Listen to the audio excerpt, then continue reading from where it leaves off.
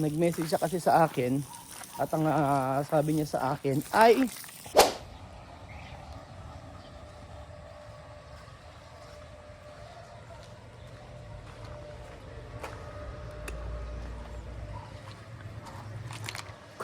good morning! Welcome back to our YouTube channel! Ako magandang araw po sa inyong lahat. How are you? Kumusta po ang bawat isa mga amigo? For today's video, nandito po tayo sa ating pinapagawang dream house. At sabi ko nga po sa inyo, tapos naman na halos. At nag-aantay na lang tayo ng cabinet at saka kung ano yung pwedeng iganda pa ng bahay na ito. So, eto ngayon mga amigo ang siste. Na hindi ko alam kung hindi niya nakinaya at para siyang mawawala. Mawawala na siya mga amigo. Wag naman sana. Ang alam ko ay magdadahon yan. Magdadahon after nito. So, kumusta po ang bawat isa mga amigo? So, alam niyo po ba na ngayong araw po mga amigo ay gusto kong ipakita sa inyo yung ating mga planohin sa ating napakagandang tumatagos meron po napakagandang garden ito. Ayan po mga amigo ang ating napakagandang garden pero hindi pa naman kasi siya tapos. Yun po ang siste.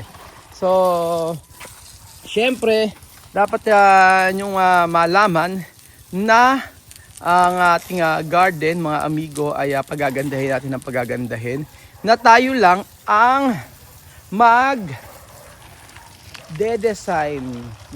Tayo lang mag-design ito mga amigo. Hindi natin kailangan ng professional landscaper dahil tayo ay professional ng maghalaman.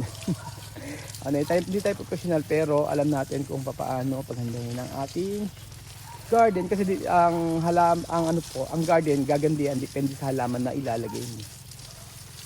Yes. Kung ikaw ay kung budget friendly lang, paano mo siyang mapapaganda? Siyempre, gaganda ito kung ang ilalagay nating mga halaman ay quality, maganda. Maglalagay tayo ng mga ganyan na tinutukoy ko. Tingnan niyo po mga amigo. So, dito po sa part na yan, mga amigo, ay ang gagawin po natin dito ay maglalagay tayo ng Bermuda grass at dito naman po ay maglalagay tayo dito ng yan sa part na ito. Kailangan kasi sa diligan kasi mainit po ang panahon ngayon kahit na sabihin nyo na nag-uulan ay ito pa doon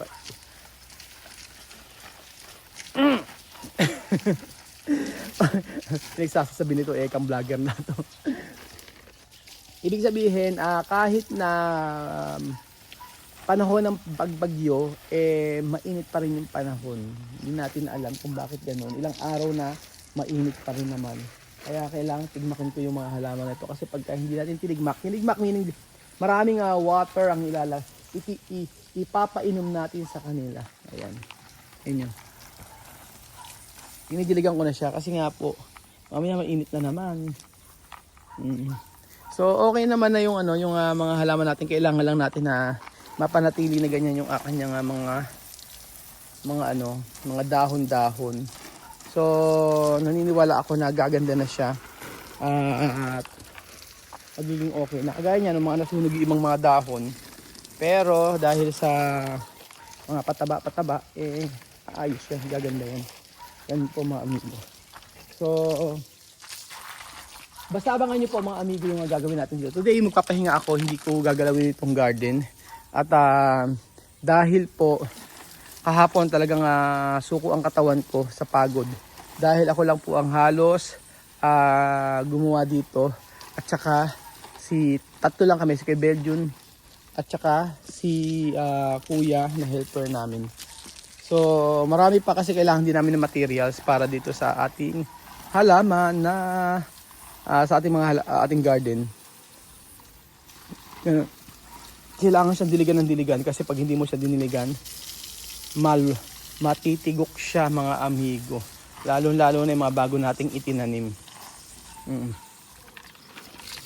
Tapos sa habang tayo nagdidilig, sige kukwentuhan ko kayo mga amigo ng usapan namin ni Misma kahapon. So nag-message siya kasi sa akin at ang sabi niya sa akin ay nakakaano nga eh. Madalas naman siyang mag-ano sa akin, sabi ng mga ganitong salita. Ngunit kahapon ramdam na ramdam ko talaga kung paano niya ako i-message. At usually kasi mga amigo, ang totoo niyan, hindi ako nagme-message sa kanila unless mag-message sila sa akin. Ganun po mga amigo. And then in fairness mga amigo, sa lahat po ng mula nung umuwi po sila, sabi ko nga never silang nag-ask ng something sa akin, especially money. Ganun po. Never sila nag-ask sa akin ng pera. Pero sa totoo lang, ganun. Kahit birthday, mga ganyan, hindi sila nag-ask ng something sa akin.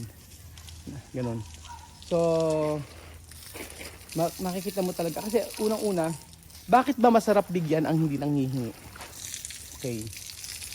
Bakit ba masarap bigyan ang hindi nanghihingi ng pera?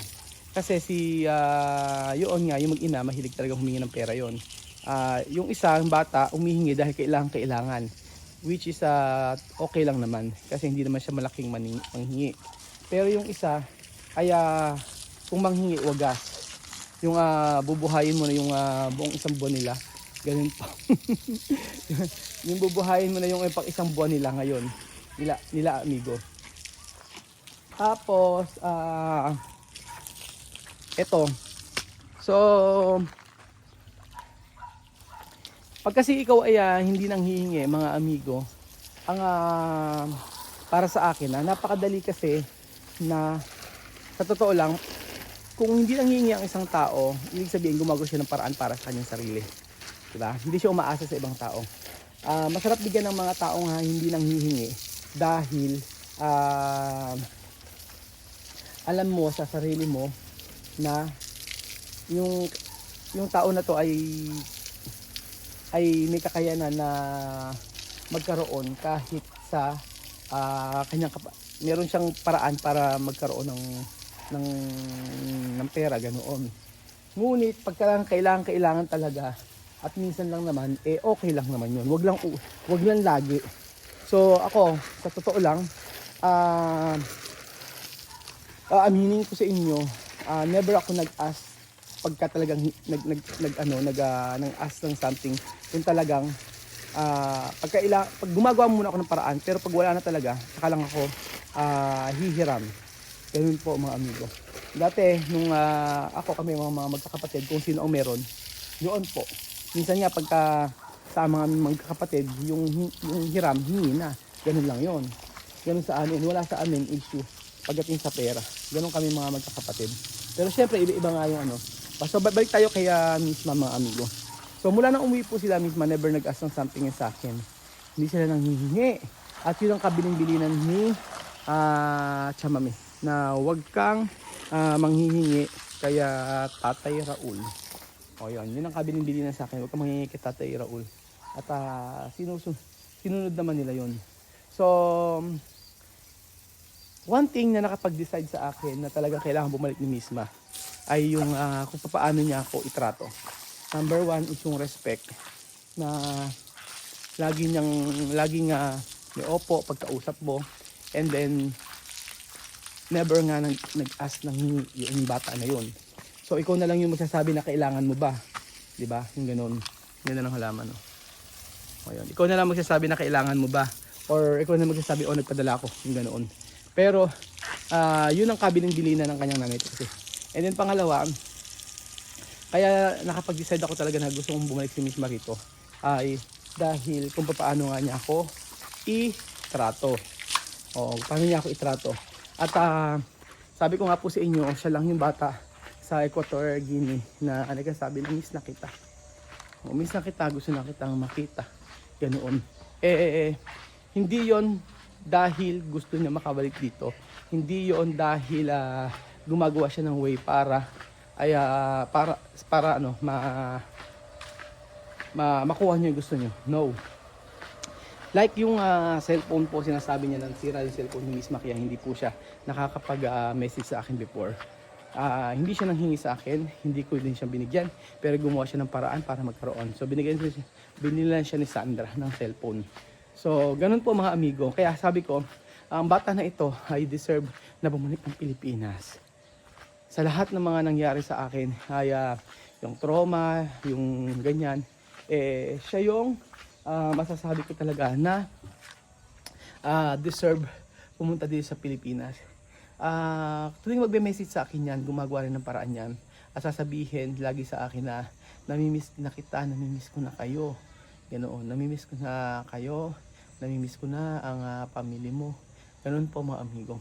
So sa puso ko at sa isip ko, umpisa pa lang na pag-uwi nila doon ay nag-hope ako na babalik sila dito. Ganun po.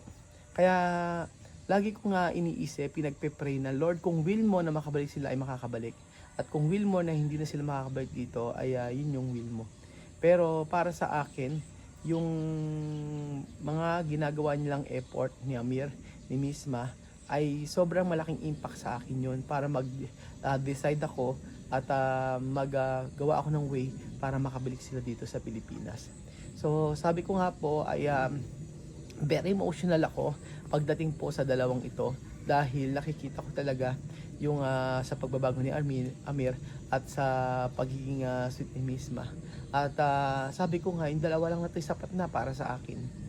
Yun po mga amigo. Kaya minsan naluluha na lang ako na sasabihin ko na sayang yung pagkakataon. Sayang lahat. Pero kahit naman yung opportunity ay biglang nawala, naniniwala pa rin ako may plano ang Panginoon sa kanila. So, whether makapunta sila or hindi rito, gawa natin ng paraan. Gawa natin ng paraan na makapunta. Kahit na mahal ang pamasahe, ano gagawin natin? I-credit card. Maganda kasi may credit card. Pagka ginamit nyo yun, malaking points. The whole year, kapag ginagamit ko yung credit card, like mga 15,000 pesos, mga ganyan yung naiipon na points. Ganun siya kalaki mga amigo. At ito ay magagamit ito para sa pambili sa SM, ganun po. So madalas laging message si Miss Ma ang miss na kita. So yun po, asan kailangan pakita ko sa inyo mga amigo, asan may message si Miss Ma sa akin. Ayan.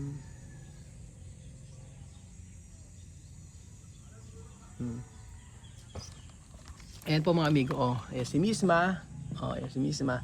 Sabi niya sa akin, hola, kumusta? Mabuti. Sabi ko, nasaan? Donde está? Sabi ko, sa casa. Hola, kumusta? Hindi naman ako nakareply. Tumatawag siya sa akin dito, sa part na to. Tapos, hola, kumusta? Miss na kita. Nakatulog mo na. Nakatulog mo na. Ibig sabihin, tulog ka na. Ganun po. Ayan, si Miss Ma. So, number, syempre, natin. Para at least alam nyo na si Miss Ma yan. Yan yung number niya. +240. Ganun po. Doon lang nakakontak. Kaya nga sabi ko sa kanila na sa WhatsApp na lang kayo kasi para hindi na sa Facebook. Kasi pagka sa Facebook marami manggugulo. Kaya nga po, mula nung sa loob ng isang taon kung paano siya mga amigo sa akin na yung sa loob ng isang taon, sabi ko nga po walang mintis siya na pagka nag-message siya, sasabihin kita, miss na kita, ganun. So hindi nakakasawa ang pakinggan yung ganun klaseng bata na pag sinabing miss na kita, ibig sabihin na yun, mayroon talaga siyang pagmamahal sa akin. At ramdam ko yun. Kaya ganun ako na-hurt kasi yung ininvest ko na feeling sa kanya ay parang mga anak ko na din. Ganun po mga amigo. So I hope and I pray na sa pagbabalik ni Miss Ma dito ay mamuhay sila ng maayos at walang problema. So yun lamang po mga amigo at God bless po. Paalam po muna.